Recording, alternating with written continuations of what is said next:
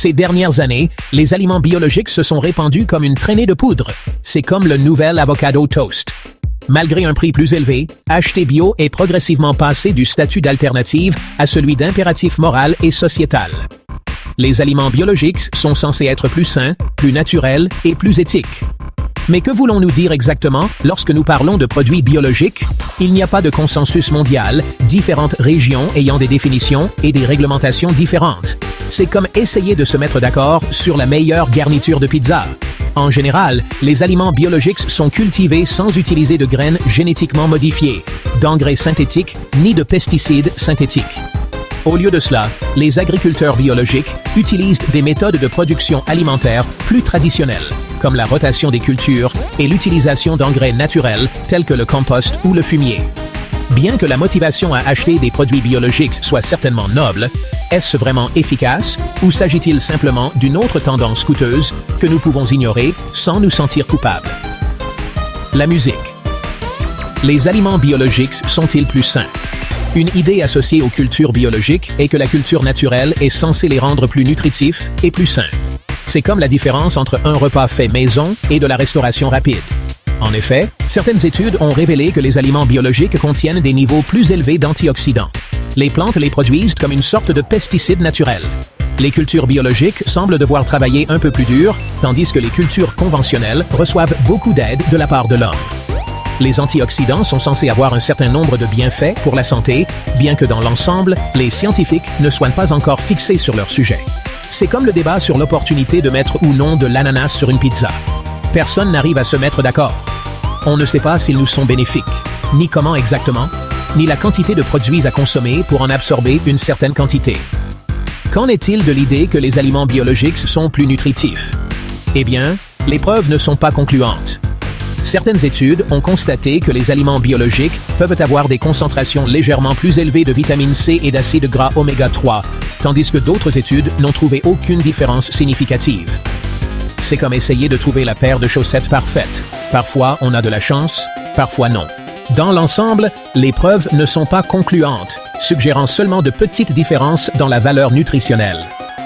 Ainsi, d'après les données scientifiques disponibles à ce jour, il semble que les aliments biologiques ne présentent aucun avantage significatif pour la santé. Ce que nous savons, c'est que la consommation de fruits et de légumes en général est bonne pour vous, et que la plupart d'entre nous n'en consomment pas assez. N'oubliez pas que le fait de manger des fruits et légumes est plus important pour votre santé que la façon dont ils sont produits. C'est comme choisir entre une salade et un beignet. La salade l'emporte à chaque fois.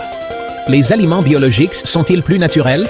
Les gens n'achètent pas seulement des aliments biologiques pour faire le plein de vitamines, mais aussi pour éviter quelque chose de nocif, les pesticides et les engrais artificiels.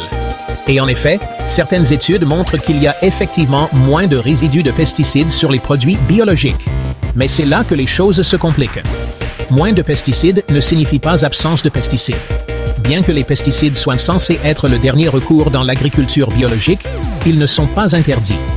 La plupart des pesticides biologiques sont des toxines naturelles, comme les huiles végétales, le savon noir à base de cendres de bois, le sulfate de cuivre ou le cuivre. Mais il existe aussi des pesticides synthétiques. C'est comme découvrir que votre super-héros préféré a une faiblesse. Personne n'est parfait. Quelle est la différence entre les pesticides biologiques et les pesticides conventionnels? Pas grand-chose en réalité. Les pesticides biologiques ne sont pas nécessairement plus sûrs que les pesticides conventionnels. Le poison est du poison, que la substance soit fabriquée ou d'origine naturelle. En fait, dans le cas du sulfate de cuivre, couramment utilisé sur les pommes biologiques, le pesticide biologique de choix est en fait plus nocif pour l'homme. C'est comme choisir entre marcher sur un Lego ou une punaise. Les deux vont faire mal. La toxicité de toute substance dépend de sa concentration et de votre niveau d'exposition à celle-ci, et non du fait qu'elle soit naturelle ou non. Il existe un certain nombre d'études récentes sur la manière dont notre exposition actuelle aux pesticides affecte notre santé à long terme. Une étude française de 2018 a révélé que le fait de ne jamais manger biologique était associé à un risque plus élevé de développer certains cancers. Alors, que vous choisissiez ou non de manger biologique, n'oubliez pas de manger vos légumes, et peut-être d'éviter de marcher sur les Legos. Cependant, cette étude a été largement critiquée. Les participants ont auto-déclaré leurs habitudes alimentaires et aucun test réel des niveaux de pesticides dans leur organisme n'a été effectué. C'est comme demander à quelqu'un combien de biscuits il a mangé et s'attendre à une réponse honnête. Pour compliquer encore les choses, une étude danoise de 2018 a révélé que le danger des pesticides pour les adultes est comparable à la consommation d'un verre de vin tous les 3 mois. Donc, à moins que vous n'ayez l'intention de boire une bouteille de pesticides cul sec, vous êtes probablement en sécurité. Les pesticides sur vos légumes ne sont pas une raison de perdre le sommeil. Néanmoins, nous devons continuer à exiger des normes strictes pour nos aliments. Tous les pesticides sont strictement réglementés et contrôlés dans l'UE et aux États-Unis. Chaque année, des milliers d'échantillons d'aliments sont analysés à la recherche de pesticides. La majorité des échantillons ne contiennent aucun résidu ou seulement une fraction des niveaux autorisés. C'est comme chercher une aiguille dans une botte de foin, mais l'aiguille est vraiment petite et la botte de foin vraiment grande. Actuellement, la contamination par des bactéries et des moisissures est beaucoup plus dangereuse. Et, sur ce front, les risques sont les mêmes, qu'il s'agisse d'aliments biologiques ou conventionnels. Le bio est-il meilleur pour l'environnement? En 2017, une méta-analyse s'est penchée sur l'agriculture biologique et a analysé en détail les aliments biologiques et conventionnels provenant de plus de 700 sources de production, ainsi que leur impact sur des éléments tels que les émissions de gaz à effet de serre, la consommation d'énergie et les besoins en terre. Spoiler alert, c'est compliqué. Le résultat? Aucune méthode de production n'est clairement meilleure pour l'environnement.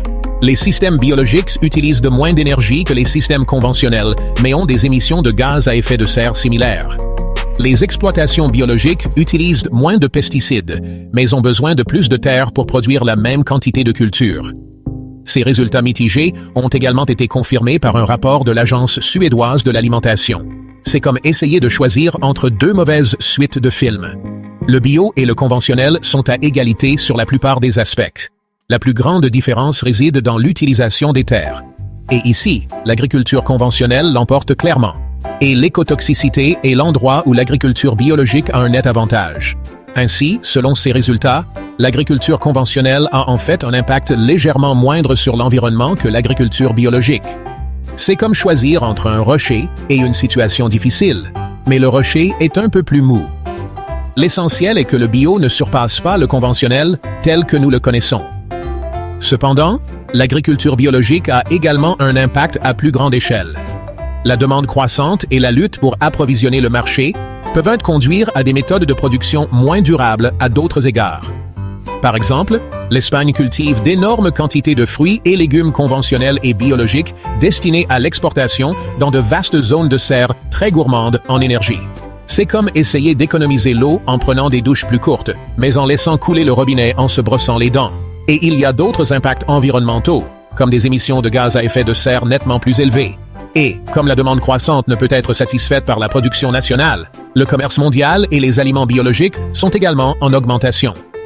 À mesure que la chaîne d'approvisionnement devient plus complexe, il est de plus en plus difficile de garantir le respect des normes et des réglementations en matière de qualité biologique afin de rendre tous ces aliments disponibles en qualité biologique. C'est comme essayer de se souvenir de tous vos mots de passe sans les écrire.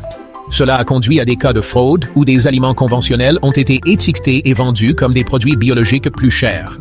Cependant, le débat sur le bio par rapport au conventionnel n'est même pas une discussion objective. Le bio n'est pas qu'une simple méthode de production. Pour beaucoup, c'est une idéologie. Acheter bio, c'est se sentir bien. Les gens veulent faire ce qu'il y a de mieux pour la santé de leurs enfants et le bien-être de la planète. Et bon, si cela les aide à se sentir mieux, qui sommes-nous pour les juger?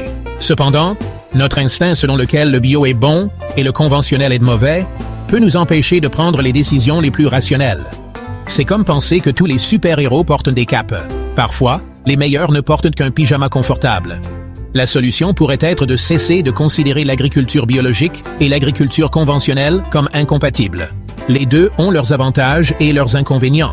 Et la meilleure façon de produire efficacement des aliments sains est de combiner le meilleur des deux mondes. Et, en ce qui concerne vos achats personnels, les aliments que vous devez acheter dépendent de ce que vous en attendez. Si vous voulez simplement manger sainement, vous devriez acheter plus de fruits et de légumes, quels qu'ils soient, et pas nécessairement biologiques. Considérez cela comme le choix entre une salade et un beignet. L'un est clairement meilleur pour la santé, mais parfois on a juste envie d'un beignet. Si votre préoccupation est l'environnement, le simple fait d'acheter biologique ne résoudra pas le problème. L'option la plus simple est d'acheter des produits locaux et de saison. En gros, les aliments de saison sont les aliments biologiques originaux. En fin de compte, le label biologique est une indication de production, et non un certificat de sécurité ou un élixir miracle pour votre alimentation. Ce que vous mangez est bien plus important que la façon dont il a été produit. Alors, la prochaine fois que vous irez à l'épicerie, rappelez-vous que même les super-héros doivent parfois retirer leur cape.